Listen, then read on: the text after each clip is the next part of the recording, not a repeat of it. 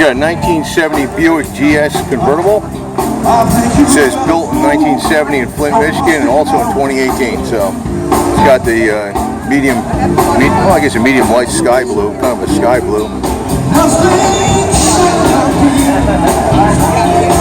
And looks like some of the stuff is original under the hood here, which is great.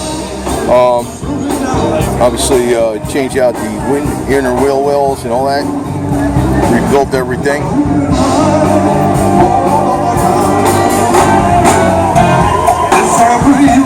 Take a look at this nice white interior. Yeah, white and black interior.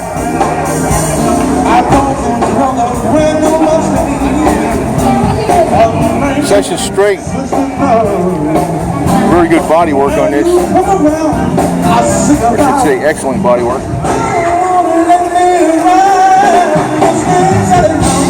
Actually better than new.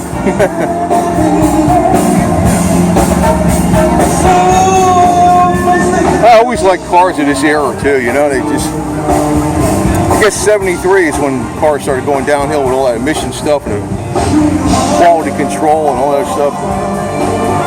Now today they're electronic appliances. Again, you got your BF Goodrich radial TAs, common to the eras. This is probably the original type wheels. Buick.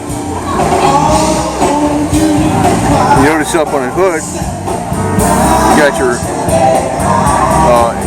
cooling for the air coming in there. No radio, but we don't need one. The body on this thing is really nice. Really good. Really good. Nice ride.